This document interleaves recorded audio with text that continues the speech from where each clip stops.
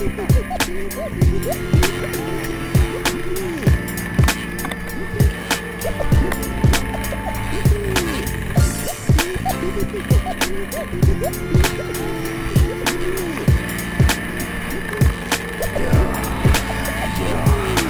mies voi tietää mikä mieheen sattuu ja vain mies voi tietää mitä mieheen mahtuu.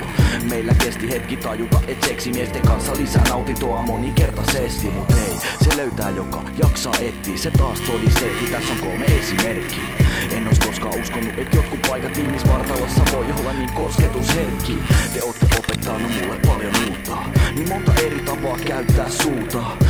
Vitut, mä en tarvi muuta, kun silloin täällä vähän rakkauden luuta.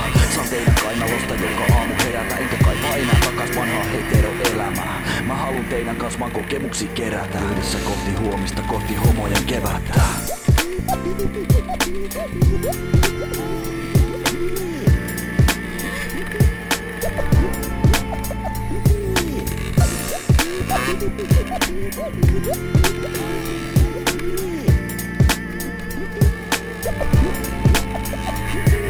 Kaksi miestä vierekkäin sängyssä paini.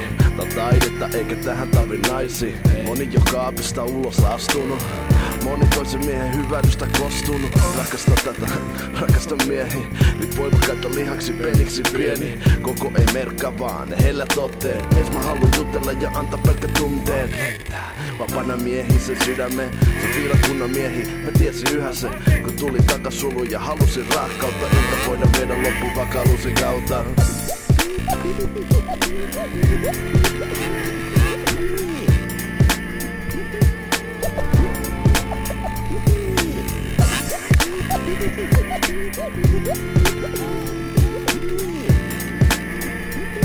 Mistä mä lähden? Ainoastaan mies osaa koskettaa miestä. Sinä ja minä kostutaan hiestä.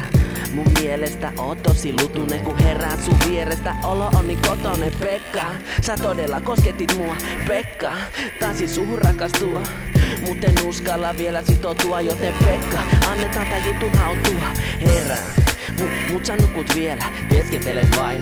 Kyl mä sut tiedän, kutitan sua ihan joka paikasta.